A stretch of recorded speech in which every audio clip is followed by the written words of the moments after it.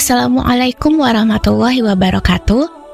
Teman-teman yang dimuliakan oleh Allah Subhanahu wa Ta'ala, kisah kali ini adalah kisah mengenai awal mula kemunculan agama Nasrani di kota Najran. Perlu diketahui, Najran merupakan salah satu kota penting yang memicu peristiwa besar, yakni ketika Rasulullah SAW beserta dengan keluarga yang dicintainya bermubahalah. Sedikit cerita, pada saat itu Nasrani Najran menolak untuk masuk ke agama Islam, sehingga terjadi perdebatan yang amat sengit dengan Rasulullah SAW. Bahkan Allah Subhanahu wa Ta'ala sampai menurunkan ayatnya di Al-Quran, yakni yang terkandung di dalam surat Ali Imran ayat 59 hingga 60. Sesungguhnya perumpamaan penciptaan Isa bagi Allah Subhanahu wa Ta'ala seperti penciptaan Adam. Dia menciptakannya dari tanah, kemudian Dia berkata kepadanya, "Jadilah," maka jadilah ia. Kebenaran itu dari Tuhanmu. Karena itu, janganlah engkau Muhammad termasuk orang-orang yang meragu. Firman tersebut merupakan hujah yang sangat kuat dan tidak terbantahkan. Karena perdebatan dengan hikmah dan santun tidak menyadarkan mereka, akhirnya Nabi Muhammad SAW mengajak mereka untuk bermubahalah. Mubahalah merupakan salah satu bentuk penyelesaian ketika perdebatan antara pihak yang benar dan salah mengalami kebuntuan. Setiap pihak mendoakan keburukan atau laknat bagi diri sendiri apabila ternyata dirinya yang salah serta lawannya yang benar. Hal yang mengejutkan pada kala itu adalah Rasulullah SAW rupanya hadir bersama orang-orang yang paling dicintainya, yakni anaknya Fatimah beserta suami Ali bin Abi Thalib serta kedua cucunya Hasan dan Husain yang masih sangat kecil. Kembali pada kisah awal kemunculan agama Nasrani di kota Najran, Ibnu Ishaq berkata, Mughirah bin Abi Labid, mantan budak Akhnas, meriwayatkan dari Wahab bin Munabbih al-Yamani bahwa sesungguhnya telah mengatakan kepada mereka, awal kemunculan agama Nasrani di Najran adalah bahwa seorang sisa pengikut Nabi Isa bin Maryam yang bernama Faimiyun, seorang yang sangat saleh, seorang mujtahid yang gigih, dan seorang zahid dari dunia, seorang yang doanya mustajab, sedang melakukan pengembaraan, dan ia singgah di berbagai kota dan desa. Dan tidaklah dia mengenal sebuah desa, kecuali dia akan keluar menuju ke desa lain yang dia tidak ketahui. Dia tidak pernah makan apapun kecuali dari hasil tangannya sendiri. Dia seorang ahli bangunan yang berkubang dengan tanah dan sangat menghormati hari Ahad. Jika hari Ahad tiba, maka dia tidak melakukan pekerjaan apapun.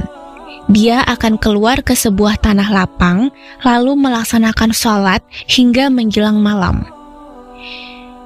Dia berkata, dia berada di salah satu desa di Syam dan melakukan pekerjaannya itu secara sembunyi-sembunyi. Ternyata ada seseorang yang menangkap dengan cermat perilaku baiknya. Orang itu bernama Shaleh. Shaleh sangat mencintainya, satu hal yang belum pernah ia rasakan pada siapapun sebelum ini. Shaleh pun mengikutinya kemanapun ia pergi. Faimiyun tidak menyadari apa yang dilakukan oleh Shaleh itu. Hingga suatu hari Ahad, dia keluar ke tanah lapang sebagaimana biasanya ia lakukan sebelum ini. Shaleh pun mengikutinya, sementara Faimiyun tidak tahu. Maka Shaleh melihat dengan sembunyi-sembunyi apa yang ia lakukan di sana karena ia tidak ingin diketahui tempatnya berada.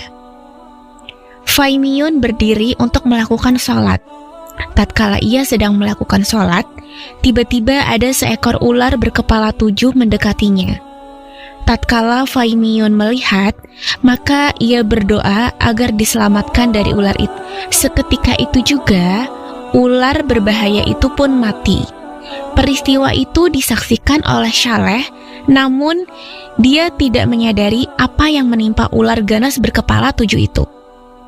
Dia mengkhawatirkan ada sesuatu yang terjadi atas dirinya, sehingga ia tidak mampu mengendalikan dirinya lagi. Lalu berteriak, "Wahai Fai Miyun, ular besar sedang mendekatimu." Namun, Fai Miyun sama sekali tidak menoleh dan tetap melanjutkan sholatnya hingga selesai. Fai Miyun kini menyadari bahwa dirinya telah dikenal dan Saleh telah mengenal posisinya. Maka Saleh pun berkata, "Wahai Fai Miyun, demi Allah Subhanahu wa Ta'ala, ketahuilah bahwa aku tidak pernah mencintai sesuatu pun sebagaimana aku mencintaimu. Aku ingin senantiasa menemanimu dan ingin bersamamu kemanapun engkau berada." Fai Miyun pun berkata, "Terserah, engkau tahu sendiri bagaimana kondisiku. Jika kau merasa kuat untuk menjalaninya, maka ikutilah aku." Maka Saleh pun menemaninya dimanapun ia berada.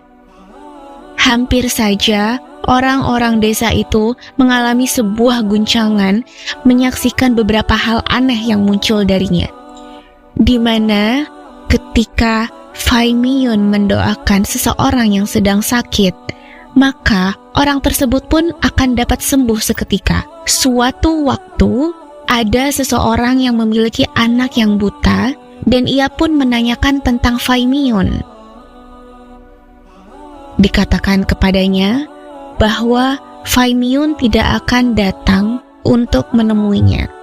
Lelaki itu pun berpikir, bagaimana agar Fai Miyun dapat menemuinya? "Wahai Fai Miyun, sesungguhnya aku menginginkan sesuatu untuk dikerjakan di rumahku.